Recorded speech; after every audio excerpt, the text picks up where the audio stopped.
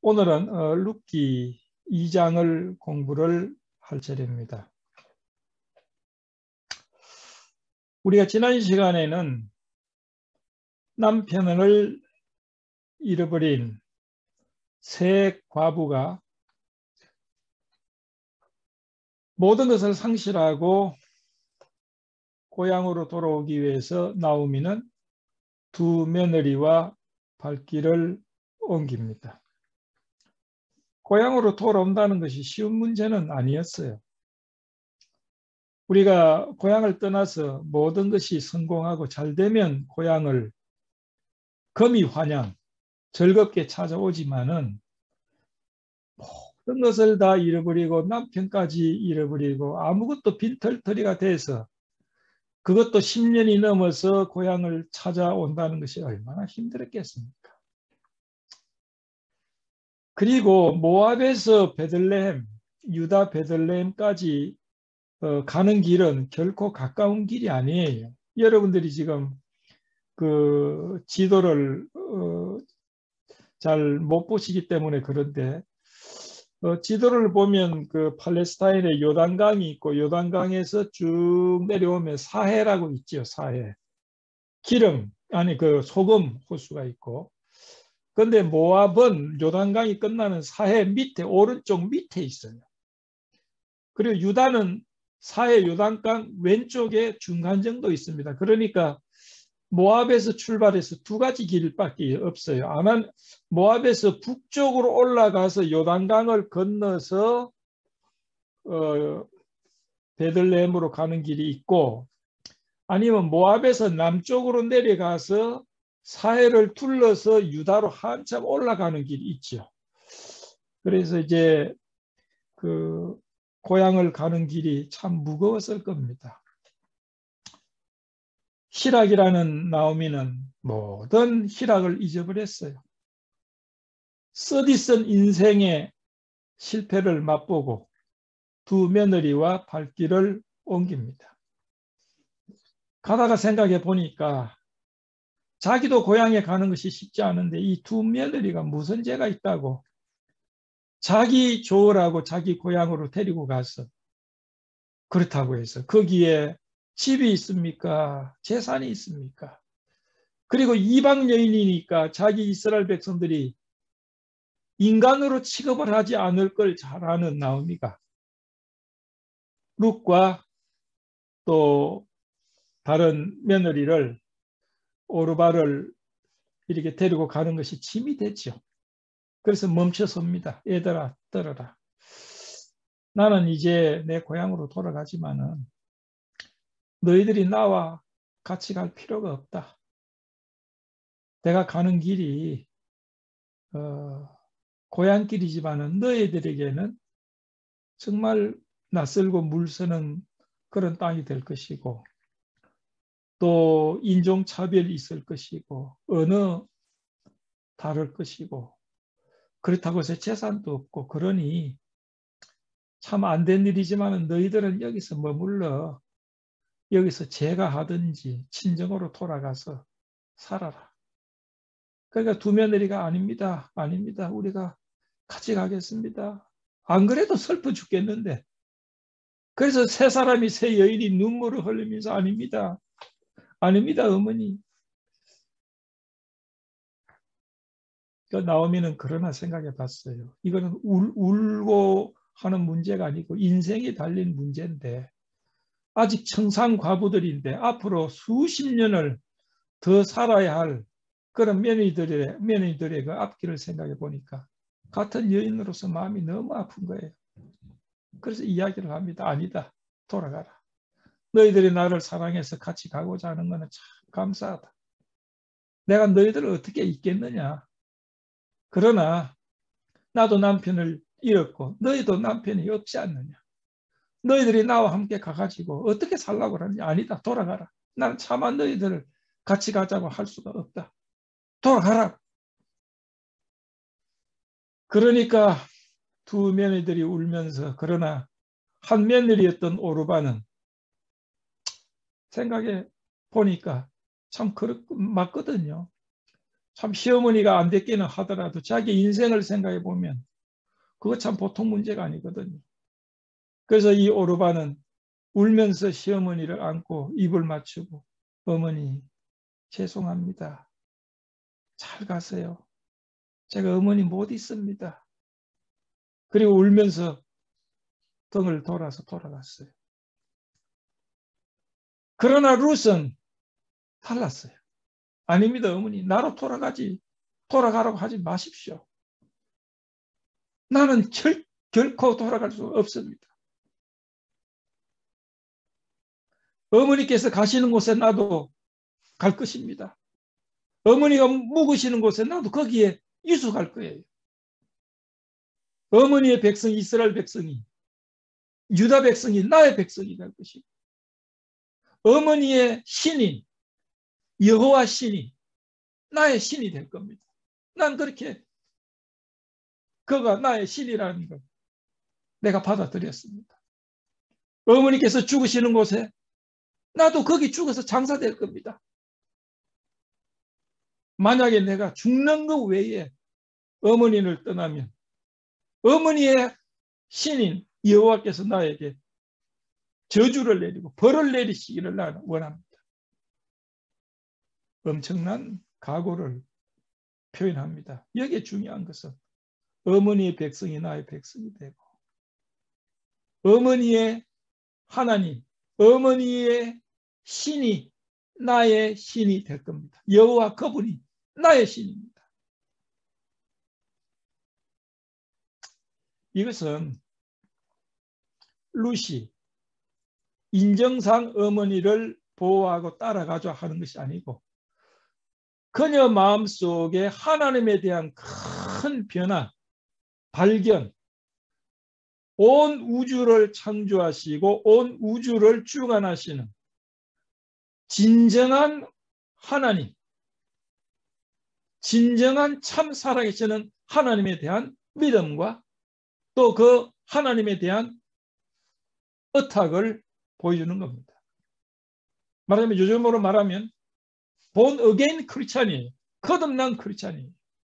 하나님을 알지 못하다가 이제 하나님 없이는 나는 살 수가 없습니다. 나는 나의 신을 버렸습니다. 그건 신도 아닙니다. 어머니의 하나님 여호와가 참 신입니다. 그의 영적으로 굉장히 큰 변화를 가져오게 되는 것입니다.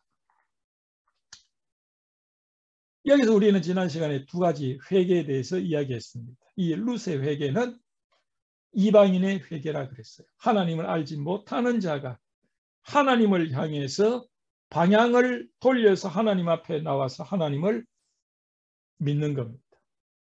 이것은 그의 생애에 한 번밖에 없는, 우리도 그런 회개를 했지요. 우리도 일생에 한 번밖에 없는 하나님이 없는 백성에서 하나님을 알지 못하는 데에서 만군의 여호와 하나님을 향해서 돌이켜서 그를 향해서 나아가고 그가 온 우주의 참 하나님이시라는 것을 우리는 이해하고 영접했다는 것입니다. 이건 통상 우리적으로 신앙적으로 말하면 구원받는 것을 의미합니다. 구원은 생애에서 여러 번 받는 것이 아니죠. 구원은 단 한 번밖에 받을 수 없는 것입니다. 그리고 그 구원은 영원성을 가지는 것입니다. 그 대신에 룻은 하나님을 알았던 여인이었습니다. 하나님을 알았고 하나님을 자기의 엘로힘 신으로 섬겼습니다. 그러나 환경을 쫓아서 기근을 피해서 그는 모압으로 갔고 하나님을 떠나고 배반했습니다. 그리고 그는 다시 한번 느낍니다. 이제 내가 하나님 없이 살 수가 없구나. 그는 다시 유턴을 해서 하나님 앞에 나오게 됩니다. 이것도 또한 회개입니다.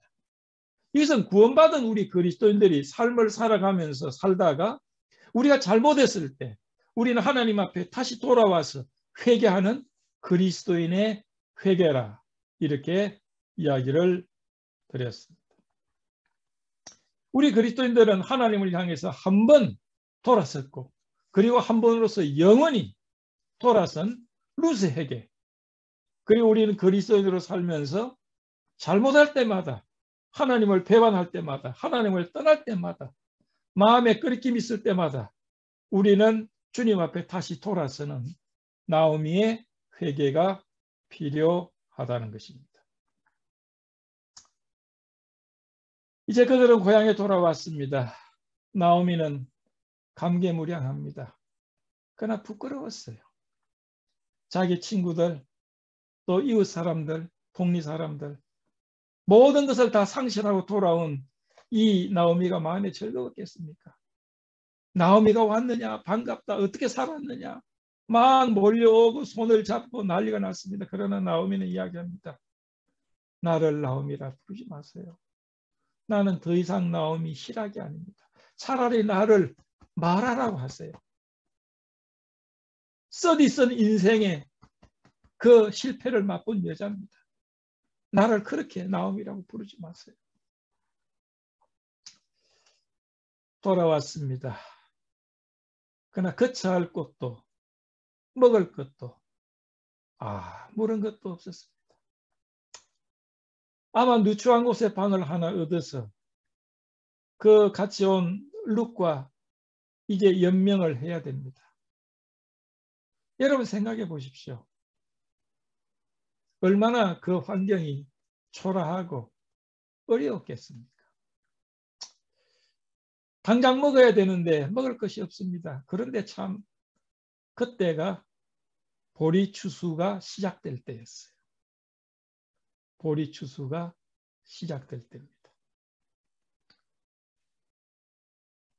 참 회개를 해도 하나님 앞에 방향을 돌리고 마음을 변화시켜도 그러나 그들에게 어려움은 어려움대로 그대로 다가오는 겁니다. 우리가 예수를 믿으면 모든 것이 잘 되고 뭐 물질적으로 잘 되고 세상적으로 잘 될 것 같지만은 그러나 예수를 믿고 난 다음에도 여전히 우리에게 어려움이 있을 수가 있고 어떤 경우는 예수를 믿고 난 다음에 더 어려움이 있을 수가 있는 경우가 되지 않습니까? 그러니까 여러분 실망할 필요도 없고 또 우리는 용기를 잃을 필요가 없습니다. 우리의 만군의 여호와는 우리의 모든 것입니다. 이제 룻은 생각해 보았어요. 먹을 것이 없습니다. 그래서 나오미에게 시어머니에게 이야기합니다. 어머니, 제가 나가서 이삭을 좀 줍겠습니다. 먹을 것이 없기 때문에. 요즘에 뭐 이삭을 줍는 거 별로 없죠. 그래서 제가 어릴 때 6.25 직후에만 해도 이삭을 줍는 사람들이 있었어요. 이삭을 주어봐야 그게 얼마나 됩니까? 그렇죠. 예, 우리 뭐 초등학교 다닐 때도 그때 어려웠으니까 학교에서 이삭을 주어가지고 오라 그랬어요. 그런데 뭐 우리가 조그마한 애들이 이삭을 어떻게 줬습니까? 그럼 그냥 추수한 거 좀 이렇게 탁 퍼가지고 가지고 가기도 하고 그랬지 이삭 준다는 게 쉬운 문제가 아니지 않습니까?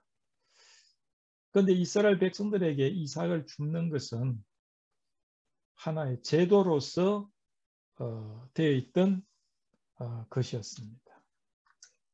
그래서 제도로 주어지는 것인데 이스라엘 백성에게 하나님은 율법으로서 이삭을 줍는 것에 대해서 명기를 하셨어요. 잠깐만요. 지금 왜 이게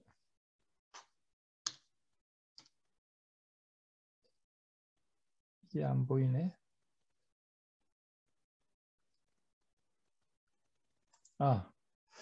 됐습니다.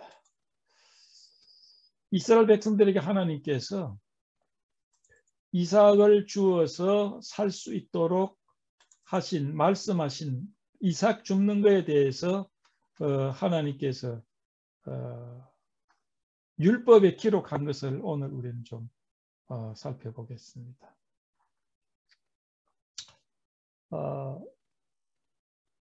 이삭을 줍는 규례는 신명기 24장 보이죠? 예. 보이면 손 들어주세요. 보이죠? 예. 이삭을 줍는 규례에 대해서 신명기 24장과 레위기 19장 등등의 하나님께서 율법으로 명령해 주셨어요. 레위기 19장 9절에서 10절을 보면 여기 나와 있는 대로 너희 땅에 곡물을 벨 때에, 그러니까 추수를 할 때에 너는 밭 모퉁이까지 다 거두지 말고 너의 떨어진 이삭도 줍지 말며 너의 포도원의 열매를 다 따지 말고 너의 포도원에 떨어진 열매도 줍지 말고 가난한 사람과 타국인을 위하여 버려두라. 나는 너희 하나님 여호와로라. 여기서 보면 정말 하나님께서 뭐라고 말씀하십니까? 너희가 이삭을 추수 때가 돼가지고 이렇게 추수를 할 때 모든 이렇게 추수를 완전히 100% 다 거두지 마라. 보리를 추수를 하면 귀퉁이라든지 이런 데 좀 남아 있잖아요. 주로 귀퉁이는 이렇게 보리가 잘 안 되는 것들이 있죠. 다 거두지 말고 좀 남겨두어라. 그리고 포도를 딸 때도 포도를 다 따지 말고 일부분은 좀 남겨두어라. 그리고 포도를 따다가 툭툭 떨어진 거는 그거는 줍지 말고 그대로 두어. 왜냐?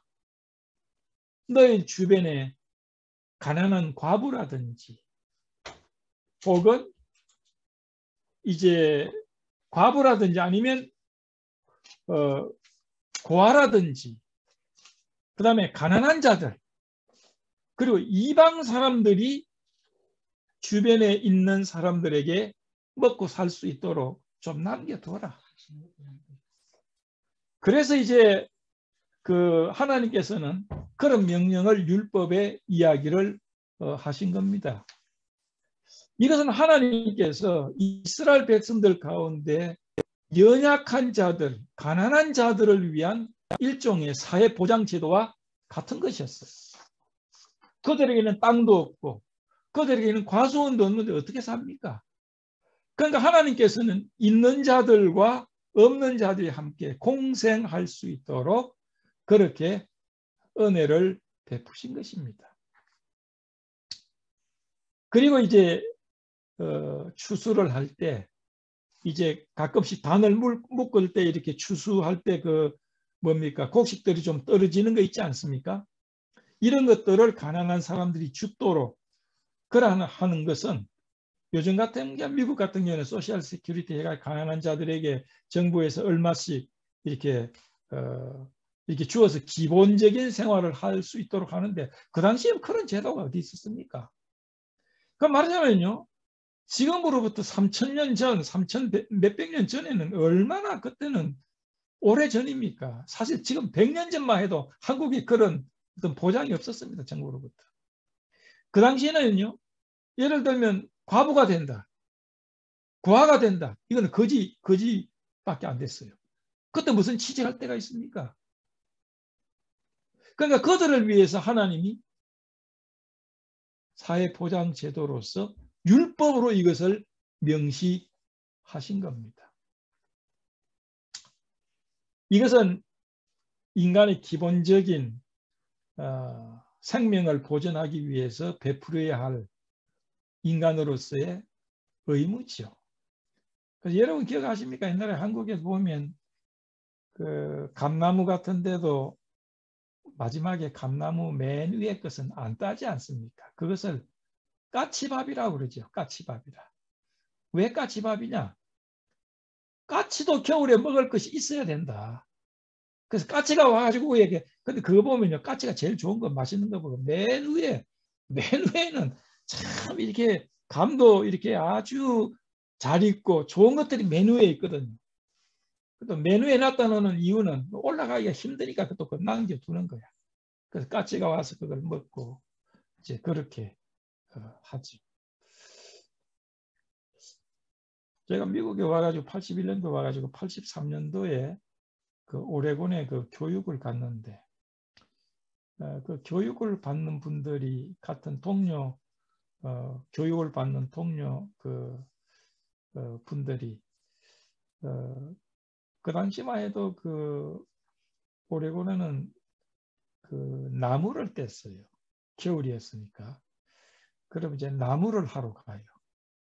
그 오레곤에는 이제 숲이 많으니까 이제 그 가서 이제 그 시에 가서 나무를 할 수 있는 퍼밋을 얻습니다. 마치 이게 그 뭡니까 그 피싱 퍼밋 같이 무슨 퍼밋을 얻으면 10불인가 20불인가 내면 어느 지점에 가서 나무를 하시오. 그럼 가서 나무도 해가. 그래가지고 난로에 떼가지고 나무를 겨울 내 나무를 뗐어요. 그 당시만 해도 그때 한 38년 정도 됐으니까.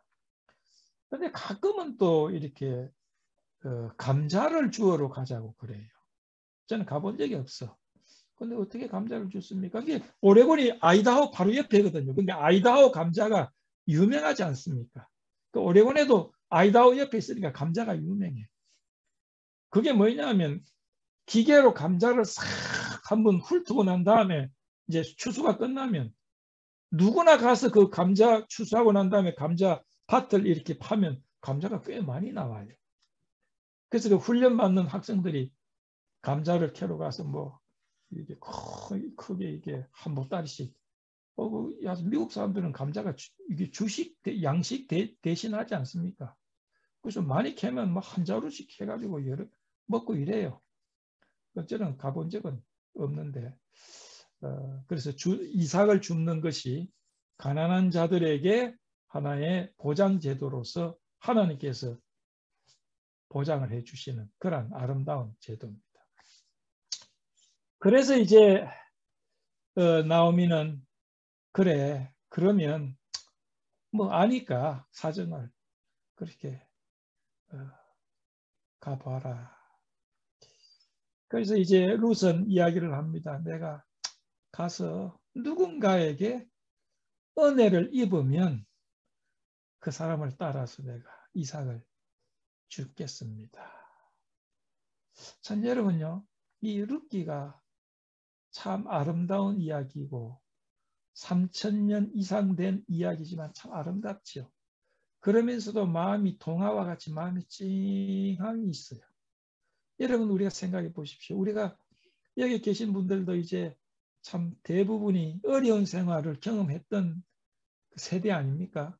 지금 60대, 70대는 다 어려운 생활을 경험했어요. 예, 우리가 어려웠을 때, 우리가 한국에서 50년대, 60년대 얼마나 어려웠습니까? 저는요, 초등학교 때, 지금도 기억이 상해요. 초등학교 때 우리 마을에 우리 친구들 어머니가 그 있잖아요. 그 뭡니까? 표주박. 그때는 플라스틱이 나오기 전이에요. 그때 전부 다 박을 잘라가지고 했거든요. 그때는 플라스틱이 없었어요. 바가지. 그걸 들고 아침에 일찍 우리 집에 그 양식을 빌리러 오는 것을 저는 기억을 해요. 여러분 생각해 보십시오. 어머니가 자식들을 먹이기 위해서 학교에 가야 되는데 양식이 없는 거야. 그때 그 어머니의 마음이 어떻겠어요? 지금 생각하면요 마음이 칭합니다. 요즘에는 뭐 그런 사람들 별로 없지 않습니까? 냉장고에 음식이 넘쳐나고 그 두 시어머니와 며느리가 돌아왔는데 아무것도 없어요. 먹을 것이 없습니다. 그래서 이삭을 죽기 위해서 나갑니다. 이제 나가 보니까 사람들이 추수를 하는데 이 룻이 우연히 어느 밭을 들어가게 됩니다. 한국 성경에는 우연히 돼 있어요. 그런데 이 우연이라는 것은 하나님 앞에서 우연은 없거든요. 하나님을 향해서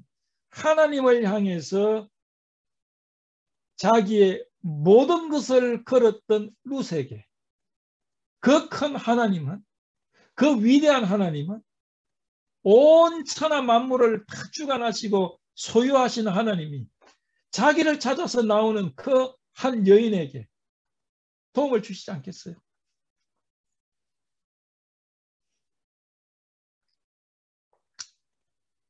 근데 이제 그 밭이 알고 보니까 엘리멜렉의 친족 보아스라는 유지의 밭이었습니다. 얼마나 룻이 처음에 그 이삭을 주우러 갔을 때 마음이 심란했겠습니까? 이방 여인이지요. 남편도 없지요. 가난하지요. 언어도 안 통하지요. 그러면서 남의 밭에 이삭을 주우러 간다는 이 룻의 마음이 얼마나 간절하고, 예, 얼마나 간절하고, 얼마나 겸손. 참 겸손이라는 말도 좋은 말인데 그것도 아니야. 얼마나 떨리고 두려웠겠어요. 쭈뼛 하면서 그 추수하는 곳으로 다가갑니다. 그런데 이 보아스가 보니까 일꾼들을 다 아는데 어느 젊은 여인이 이삭을 주러 이렇게 자기 밭에 와 있는 거예요. 그래서 보아스가 묻습니다. 저 여인이 누구냐? 그러니까 소녀들이 저 여인이, 저 사람이 그 나오미 있지 않습니까? 나오미가 이방에서 데리고 온 며느리 돼요. 그러니까 보아스가 그러냐? 내가 그 나오미 이야기 들었는데 그 모압 여인 며느리를 데리고 왔다는데 저 여인이냐? 그렇게 이야기를 합니다. 이때 이 보아스는요, 이미 그 이야기를 알고 있었어요. 자기 한 8촌 정도, 6촌, 8촌 정도 되는 엘리멜렉이 죽고 그 나오미가 돌아왔는데 이방인 여인과 며느리가 돌아왔다는 이야기를 들은 거예요. 그래서 사람들 소문이 자자한 거야. 야, 나오미가 그렇게 살려갔는데 그 엘리멜렉도 죽고 그 아들 말론과 길론도 다 죽었대. 그런데 이방 여인이 어머니를 모시기 위해서 찾아왔대. 그 여인도 대단한 거야. 그 이야기를 보아스가 들었어요. 참 대단하다. 그런데 자기 밭에 이삭을 주우러 온 겁니다. 이때 보아스 마음속에 굉장한 그 여인에 대한 뭐예요? 마음이 움직이기 시작한 겁니다.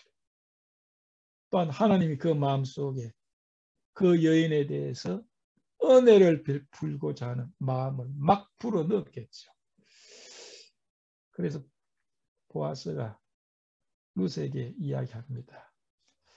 내 딸아, 들으시오. 이삭을 주우러 다른 밭에 가지 마시오. 그리고 나의 소녀들과 함께 있으시오. 그리고 소년들에게 이야기했으면 너희들 말이야. 저분한테 절대 해코지 하지 마라. 엉뚱한 짓 하지 마라. 그 당시에는 일꾼들이 남자들이 여인한테 해코지 할 수도 있고 그렇지 않겠습니까? 여기에요. 여러분들이 읽으셨지만은 보아스가 룻에게 은혜를 베푼 것이 제가 세어보니까 약 한 10가지가 돼요. 그걸 제가 여러분에게 보여드리겠는데 여기 10가지나 되는 것을 보면요. 참 놀랍습니다. 여기 보면 어떤 10가지냐 하면 첫째 8절에 보면 다른 밭에 가지 말라. 나의 소녀들과 함께 있어라. 9절에 보면 소년들에게 건드리지 못하게 내가 하겠다. 목마르면 기러운 물을 마시라. 14절에 보면 이제 새때나 뭐 샘참이나 정심을 먹어야 되지 않습니까? 추수할 때는 정심이 잘 나오거든요. 빵을 먹어라. 그리고 그 빵을 초에 찍어라. 한국 사람들이 이해가 안 되지만은요. 저 중동 지방이나 저쪽에 그 중앙아시아 같은 데도 보면 우리가 말하는 그 떡은 아니고 빵인데 빵이 납작해요. 이렇게 팬케이크 같이 생겼는데 모양은 그런데 좀 달라요. 그걸 쭉 찢어가지고 이렇게 그 초에 찍어서 먹어요. 예, 소스가 있습니다. 그걸 먹으면 훨씬 맛있어요. 초에 찍어라. 14절에 보니까 이리 오너라. 정신 식사 시간 이리 오시오. 그리고 일꾼들 옆에 앉으시오. 같이 식사합시다. 그 다음에 빵만 먹습니까? 곡식을 볶은 거. 우리 어릴 때는요. 이렇게 비가 출출하게 오면 콩을 볶아 먹잖아요. 그때만 해도 먹을 것이 없으니까 콩 볶아 먹는 거 참 맛있는 것이었어요. 곡식을 볶아서 또 먹기도 했어요. 볶은 곡식을 주라. 그 다음에 곡식 단 사이에서 주시오. 그리고 일꾼들에게 이야기해서 절대 저 여인에 대해서 책망하거나 긁어친다고 저리 가라고 그러지 마라. 그 다음에 16절 보세요. 추수하다가 이삭을 조금씩 뽑아서 버려라. 이게 뭐예요 이게? 더 많이 주어라고. 사실 일을 잘하면 뭐 그 떨어지는 거 별로 없지요. 그럼 뭐 얼마나 몇 개 죽겠어. 그러니까 이삭을 이렇게 보리를 베다가 일부러 좀 버려라. 얼마나 큰 배려예요. 이 10가지를 지시를 합니다. 그러니까 이 룻이 뭐라고 이야기합니까? 나는 이방 여인인데 어떻게 해서 당신이 나에게 이런 은혜를 베푸십니까? 감격했어요, 룻이. 예. 그리고 또 룻은 13절에 보면 룻이 가로되 내 주여 내가 당신께 은혜 입기를 원합니다.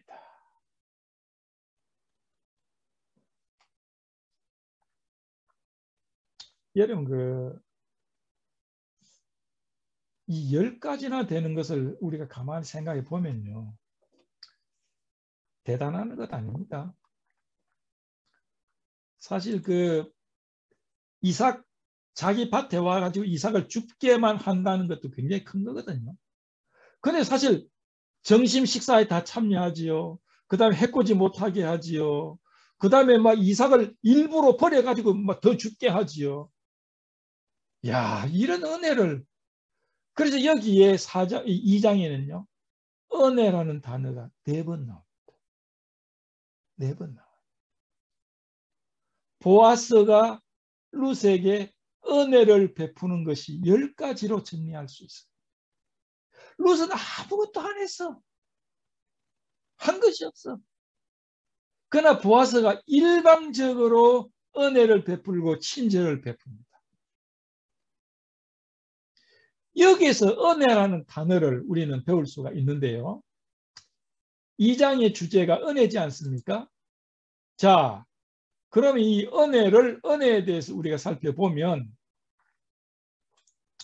우리가 통상 은혜에 대해서 많이 이야기를 하죠. 성경에서 가장 중요한 단어 중에 하나가 은혜지 않습니까? 그래서 이 은혜를 우리가 좀 정확하게 우리가 그 의미를 알아야 할 필요가 있는데 그 사전에 찾아보면 은혜에 대한 사전적인 정의는 다음과 같아요. 받을 자격이 없는 사람에게 그저 베푸는 호의다. 이렇게 우리는 은혜를 정의할 수 있습니다. 통상 영어 미국 교회 가면 은혜를 unmerited favor 그렇지 않습니까? 네, unmerited favor. 그리고 이 은혜라는 단어를 grace, 은혜란, 그 다음에 favor, kindness, goodness 이런 단어로 정의를 하고 있습니다. 그러면요, 그저 주시는 건데 내가 한 것 없이 그저 받는 친절이고 회인데 이걸 은혜라고 하는데 가끔씩 그 은총이라는 단어가 있지 않습니까? 네, 이 은총이라는 단어와 은혜라는 단어가 어떻게 틀린가? 그런데 기본적으로 말하면 같은 단어입니다. 같은 단어입니다. 그러나 약간의 좀 신학적인 사용하는 데서 약간 차이가 있어요. 예를 들면 은혜는 하나님과 인간 사이뿐만 아니고 사람과 사람 사이에도 사용되어지죠. 그래서 우리가 어떻습니까? 어머니의 은혜, 선생님의 은혜, 그리고 이제 우리가 어려웠을 때 도움을 받는 사람에게 아이고 우리에게 나에게 은혜 주셔서 참 감사합니다. 이 은혜를 어떻게 갚겠습니까? 이렇게 생각하지 않습니까? 그래서 이건 하나님이 우리에게 거저 주시는 호혜도 되지만은 인간 사이에서도 거저 받는 것, 한 것 없이 거저 받는 그런 의미로도 사용할 수 있습니다. 그래서 우리 창세기 6장의 8절에 그러나 노아는 은혜를 입었더라. 우리가 생각할 때 노아는요 굉장히 훌륭한 사람이었는 걸로 아는데 사실은 우리가 창세기 6장 읽어보면 노아가 뭐 좀 이렇게 믿음이 있어서 그렇지 그렇게 뭐 아주 완벽한 사람 아니었거든요. 노아가 어떻습니까? 그 노아가 홍수가 끝나고 난 다음에 포도 이렇게 소출해가지고 술을 만들어가지고 마셔가지고 취해가지고 벌거벗어가지고 있고 그랬지 않습니까? 그걸 보면 노아도 이게 완전하지 못했던 것 같아요. 그러나 노아는 은혜를 입었더라. 이 말은 뭡니까?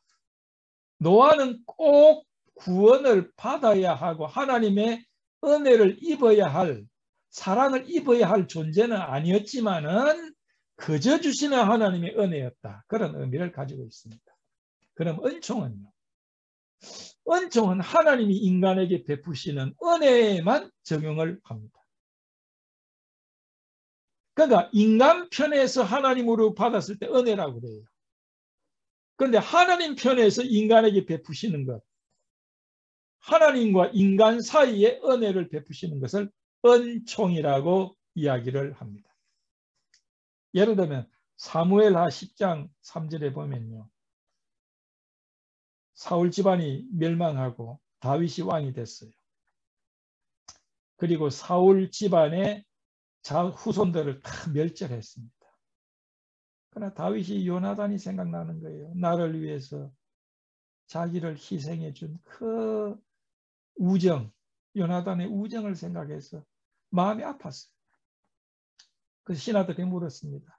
혹시 요나단의 남은 자손이 혹시 없느냐? 나는 요나단을 인해서 그에게 은총을 베풀고 싶다. 여기 은총이 3번 반복이 됩니다. 그래서 찾고 찾으니까 머비보셋이라는 2 다리를 다 전 불구자가 있다는 이야기를 듣고 데리고 와서 다윗은 이야기합니다. 내가 그 사람에게 하나님의 은총을 베풀리라. 하나님이 인간에게 주시는 은혜를 베풀 것이다. 그러니까 다윗은 뭐예요? 내가 그에게 은혜를 베푼 것이 아니고 하나님이 우리 인간에게 베푸시는 그 은혜, 하나님이 베푸시는 그 완전한 은혜의 차원에서 나는 그에게 은총을 베푸실 것이다. 그렇게 이야기를 합니다. 그 다음에 이제 여러분들이 또 은혜와 자비가 어떻게 틀립니까? 예, 은혜와 자비라는 이것도 좀 혼돈이 되지요. 은혜는 그저 한 것 없이 받는 것이고 자비는 잘못한 것을 용서받는 것을 말합니다. 내가 누구에게 잘못했어. 혼이 나야 돼. 벌을 받아야 돼. 그런데 혼을 내지 않고 벌을 내리지 않을 때 이것을 우리는 자비라고 이야기를 합니다. 은혜는 잘못한 것은 아니지만 내가 한 것 없이 어떤 친절을 받을 때 이것을 은혜라고 이야기를 합니다. 이 2 자비와 은혜를요 좀 더 설명하기 위해서 예를 들게요. 지금으로부터 한 250년, 한 300년 전의 이야기죠. 영국의 그 엘리자베스 1세가 있죠. 지금의 여왕은 엘리자베스 2세지요. 엘리자베스 1세 여왕이에요. 그 왕조가 다릅니다. 왕조가 다른데 이제 엘리자베스 1세는요. 처녀왕이에요. 처녀로 있다가 처녀로 죽었어. 그때 이제 아메리카가 이렇게 개척이 많이 되어졌죠. 그래서 영국 사람들이 미국에 와가지고 개척을 했을 때 제일 개척하는 중심된 지역을 버지니아라고 그랬어요. 버지니아. 버지니아가 무슨 말입니까? 처녀라는 말 아닙니까? 그래서 자기 여왕, 그 당시에 영국의 엘리자베스 1세가 결혼하는 처녀왕이다. 그래서 버지니아라 이름을 지은 거예요. 이제 그의 아버지가 헨리 8세 아닙니까? 헨리 8세. 뭐 아내들 계속 이렇게 갈아가지고 뭐 6명인가 이렇게 아내를 갈아 왕이죠. 그 이야기 하면 참 재밌는 게 많지만 오늘 그 이야기 하기 위해서 모인 거는 아니니까. 그런데 이제 엘리자베스 1세는요. 배다른 언니가 있었어요. 메리라고. 블러디 메리. 그게 헨리 8세의 첫 딸이었어요. 그래 엘리자베스 2세는 잘못하면 죽을 뻔했어요. 자기 언니는 카톨릭이고 자기는 프로테스탄트고 해가지고 죽을 뻔했다. 그러다가 자기 언니가 죽고 특별히 이상하게 자기 왕이 된 거야. 그렇기 때문에 정적이 많았어요. 그 당시에 그 카톨릭이 영국을 지배하다가 헨리 8세가 카톨릭 나가! 우리는 우리대로 할 거야 해가지고 카톨릭의 이를 갈고 있었어요. 그래가지고 스페인을 통해서 프랑스를 통해서 저 영국 가만히 두면 안 돼. 그래가지고 영국하고 스페인하고 전쟁을 하고 막 그랬지 않습니까? 그렇기 때문에 엘리자베스를 없애라. 카톨릭 나라에서 엘리자베스를 암살하라. 이런 정치적인 환경이 많았어요. 그래가지고 엘리자베스 1세를 목숨을 노리는 그런 정적들이 많을 때입니다. 그런데 이제 엘리자베스 1세를 죽이기 위해서 어느 자객이 궁중에 들어가서 엘리자베스 1세의 침실에 들어가 있었어요. 이제 엘리자베스 여왕이 잠자러 오면 죽이겠다. 그런데 엘리자베스 여왕과 그의 친위대가 여왕이 지금 여러 가지 어려운 환경에 있으니까 여왕이 들어가기 전에 잠자러 들어가기 전에 방을 수색하라. 그래 방을 수색을 하다가 자객이 잡혔어. 예, 참 이렇게 이렇게 호의를 하려면 그렇게 해야 돼. 잡혔어. 여왕 앞에 그 자객이 끌려서 엎드려 있는 거예요. 그 뭐 더 이상 할 말이 없죠. 그런데 이 여왕이 그 범인한테 이야기했어요. 내가 너를 용서한다. 내가 죽이지 않겠다. 이것이 은혜입니까? 자비입니까? 그러니까 이 사람이 울면서 정말 여왕 폐하 감사합니다. 감사합니다. 죽을 죄를 지었어. 그래. 내가 너를 죽이지 않겠다. 그런데 네가 이제 앞으로 나를 섬기겠느냐? 혹시 네가 나를 보호하는 경비대에 일하지 않겠느냐? 아유, 여왕 폐하 죽이지 않는 것만 하는데 내가 여왕을 모실 수 있도록 지킬 수 있도록 이 은혜를 이게 뭐예요 이게? 자비예요 은혜예요.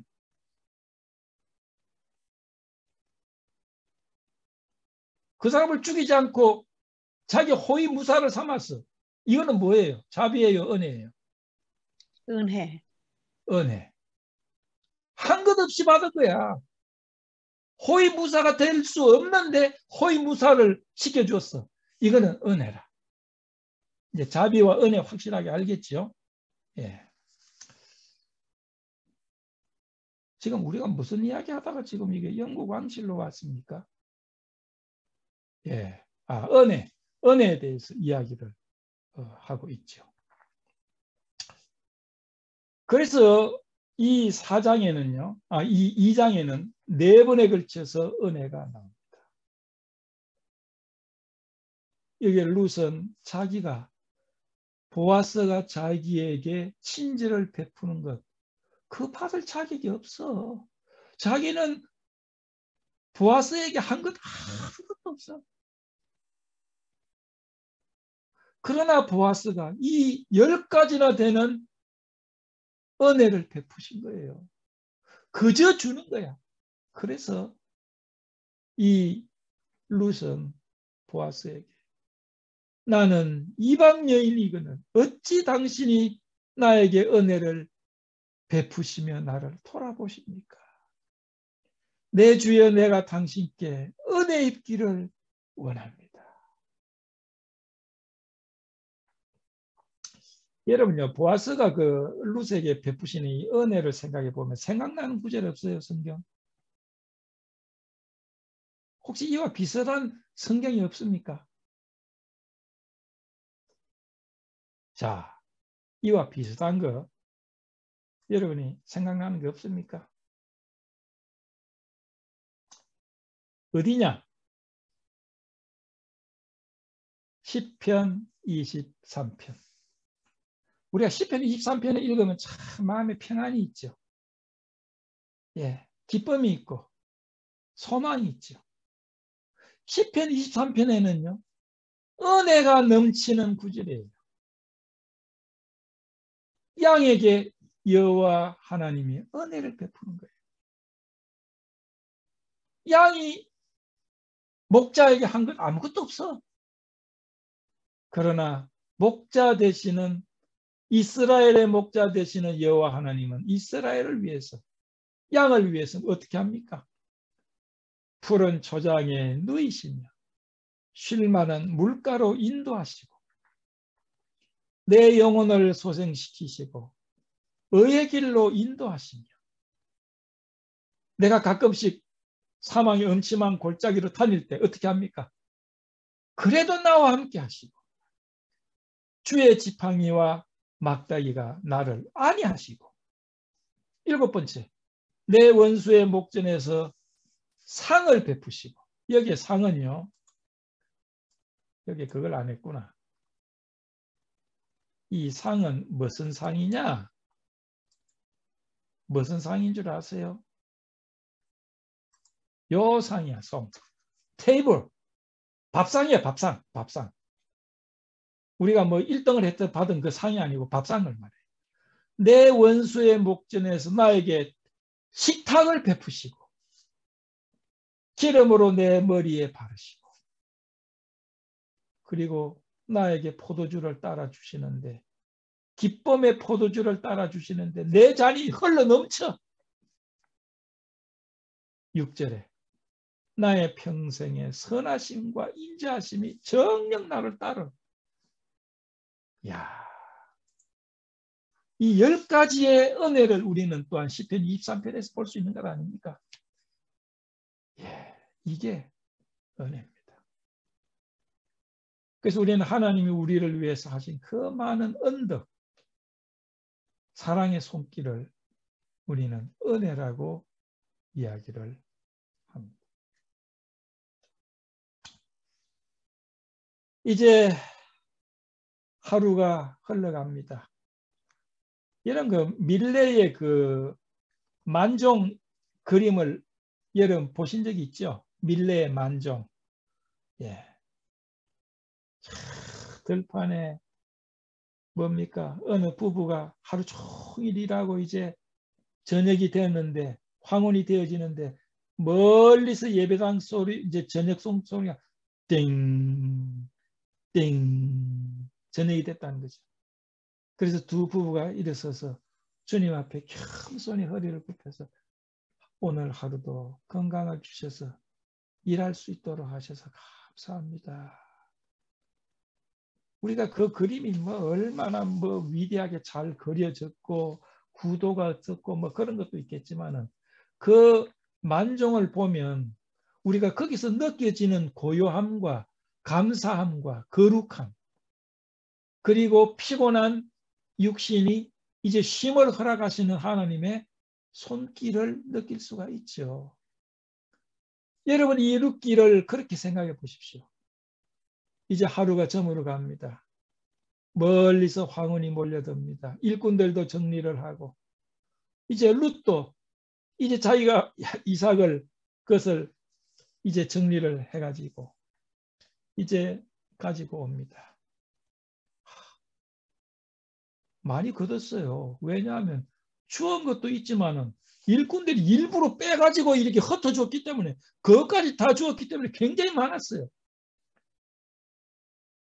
룻이 밭에서 저녁까지 줍고 그 주운 것을 떠니 보리가 한 에바쯤 되더라. 이 에바가 얼마나 되는가 하고 제가 계산을 해보니까 파운드로는 30에서 40파운드. 꽤 되죠. 30에서 40파운드.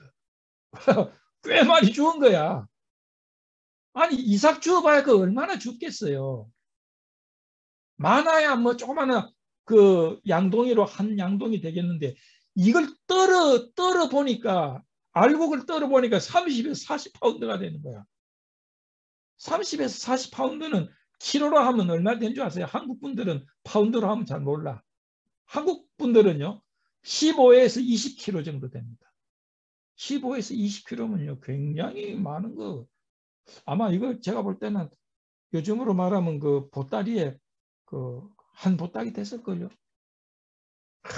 그걸 이고 오는 룻의 마음이 얼마나 감격적이겠어요. 여러분 그 생각해 보십시오. 이 성경을 읽을 때 그냥 읽지 말고 그걸 다 눈을 감고 상상해 보세요. 룻이 저녁이 돼가지고 오는데 무거워. 근데 뭐 무겁다고 생각이 안 들어. 마음이 푸근하겠죠. 한동안에는 정말 굶지 않을 수 있는 거. 그 다음에 그 위에 뭐가 또 있어? 보아스가 자기에게 정심도 주고 새참도 준 거 그것도 가져왔어. 왜? 시어머니가 굶고 있으니까 시어머니를 먹이기 위해서. 그 룻은 의기양양하게 와서 어머니 이거 드세요. 배고팠지요. 여러분요. 가난한 자들에게는요. 정말 그 한 끼 양식이 얼마나 귀한 걸 아십니까? 우리가요. 배가 부르고 먹을 것이 많으니까 그 어떤 먹는 것에 대한 그것을 감사함을 몰라요. 우리가 굶었을 때 양식이 생겼을 때 그 감격은 말도 못해요. 저는요. 제가 언젠가 이야기했지만은 전 양식이 없어 굶다가 그 다음에 밥을 먹는데 얼마나 감사한지 몰라. 메뉴는 딱 한 가지야. 밥하고 김치. 야, 감격적이었어요. 그때 제가 밥 먹는 것을 배웠어요. 그 다음부터는요. 제가 그 밥풀 하나 안 남겨요. 지금까지. 우리 식구들은 알아. 내가 먹은 접시와 내가 먹은 밥그릇은 깨끗해. 정말 깨끗해. 그때 배운 거예요. 굶어 보지 않은 사람에게 하루에 한 끼 식사가 얼마나 위대하고 값지고 감격적인가 아십니까? 룻은 그 마음속에 의기양양해서 어머니에게 자기의 먹은 것을 내놓고 그랬어요. 나오미가 며느리에게 이야기합니다. 여호와의 복이 그에게 있기를 원한다. 그가 생존한 자와 사망한 자에게 네 번째 나옵니다. 은혜 베풀기를 그치지 아니하였도다. 나오미가 또 그에게 이르되 그 사람은 우리의 근족이니 이렇게 말합니다. 여기 그 은혜라는 단어가 네 번째 나오는데 첫 번째, 두 번째, 세 번째는 룻이 보아스에게 사용한 단어입니다. 여기에 그 히브리 단어가요. 특별한 헨이라는 단어인데 통상 우리가 말하는 은혜라는 단어예요. 근데 여기 나오미가 사용한 마지막 네 번째 은혜는요, 헤세드라는 단어를 사용했어요. 이것도 똑같은 은혜라는 말입니다. 헤세드라는 것은 그것도 똑같은 의미인데 약간의 참 차이가 있기는 있어요. 헤세드라는 단어는 은혜라는 의미도 있고 은총이라는 의미도 있고 자비라는 의미도 있어요. 그런데 이제 그 나오미가 물어보니까 이렇게 며느리가 많이 이렇게 이삭을 주어와서 얼마나 기쁘겠습니까? 부자들에게 있어서 한 자루는 아무것도 아니지만은 가난한 자들에게 있어서 한 자루는요, 정말 이것은 굉장한 겁니다. 누구 밭에 갔느냐? 제가요, 갔는데 나에게 은총을 베푼 사람이 그 보아스라고 그럽디다. 보아스였느냐? 보아스는 우리 일가야. 가까운 건족이야. 그는 우리의 기업을 물을 자야. 기업을 물을 자. 여러분, 기업을 물으는 거 지난번에 이야기했죠. 이건 이제 다음에 굉장히 더 정확하게, 더 자세하게 이야기할 겁니다. 기업을 물을 자 중에 하나다. 그러니까 루시 이야기를 합니다. 그런데요, 그 아저씨가 이야기하는데 자기 추수가 다 마치기까지 나보고 다른 데 가지 말고 자기 밭에서 해서 주어라고 그랬어요. 야, 그러니까 나오미가 맞아. 절대 너는 다른 사람 밭에 가지 마. 다른 사람 밭에 가지 마라. 그리고 보아스의 그 소녀들에게 가까이 있어서 보리 추수가 끝나고 밀을 추수할 때까지 그 집에만 있어라. 그렇게 이야기를 합니다. 그러나 이 이야기를 하는 나오미에게는요, 뭔가 보관이 있었어요. 그는 이스라엘 백성이었기 때문에 보관이 있었어. 생각나는 것이 있었어. 계획이 있었어. 그게 뭐겠어요? 그는 우리의 일가니까 혹시 우리의 기업을 물어주면 좋겠다.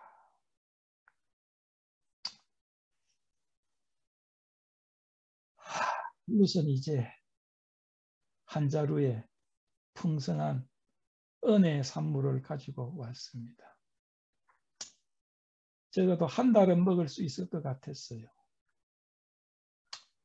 친절한 신사였던 보아스에게 은혜 받아서 풍성한 그러한 이삭을 얻었습니다. 그러나 한 달 후면 다시 배고프겠죠. 그들은 여전히 가난했어요. 그리가 의지할 것이 없었습니다. 그 다음에 더 근본적인 것은 생명의 연장자인 후사가 없었어요. 후손이 없었어요. 그거는 가능성이 없는 것 아닙니까? 이 보아스와 룻은 과부였어요. 부자 될 가능성도 없고, 그리고 자손을 가져야 할 가능성도 없어요.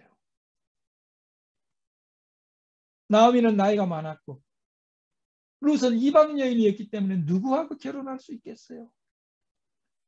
평생을 가난하다가 이삭을 주우면서 쓸쓸하게 고독하게 거기서 죽을 수밖에 없는 조건 아닙니까?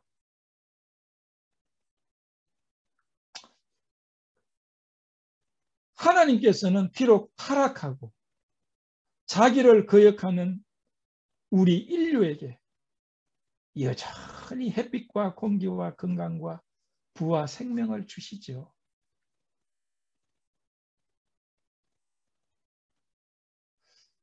그러나 나오미와 룻은 먹고 사는 문제, 그거는 겨우 해결된다 하더라도 그거 이상의 사회적인 보장과 그들의 일생에 대한 보장이 필요했어요. 기업 물음이 필요했습니다. 마찬가지로 우리에게 햇빛을 주시고 공기를 주시고 우리의 심장이 돌고 오늘 우리는 일하면서 먹고 사는 것만이 우리 인생의 모든 것은 아니에요. 범죄한 우리 인간에게 영원한 영생을 가질 수 있는 그러한 영원히 보장되는 것이 우리에게 여전히 필요한 것이죠.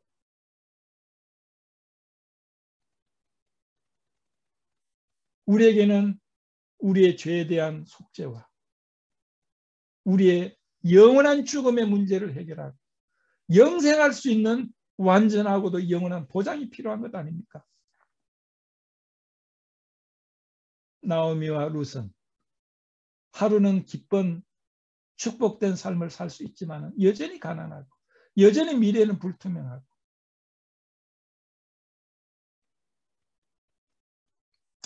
그들은 지금 오늘 이상의 은혜가 필요합니다. 오늘 이상의 보장이 필요합니다.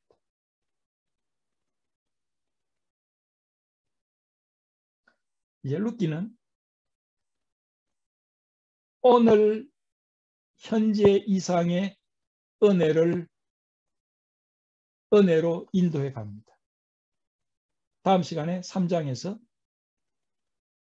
그들의 환경이 어떻게 변화되는가를 계속해서 공부해 나가겠습니다.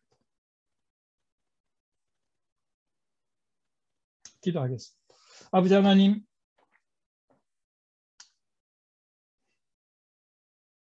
고아와 과부와 가난한 자들과 이방 객들에게 은혜를 베풀라는 하나님의 말씀이 율법에 기록되어져 있습니다. 그 당시에도 가난한 자들이 많았듯이 그러나 영적으로 얼마나 많은 가난한 자들이 있습니까? 주님은 나오미와 룻의 상태에서 머물지 아니하고 자기에게 회개하여 자기 품에 돌아온 그들에게 엄청난 계획과 미래를 가지고 계신 것처럼 그리스도를 통한 엄청난 계획을 가지신 것에 대해서 감사를 드립니다.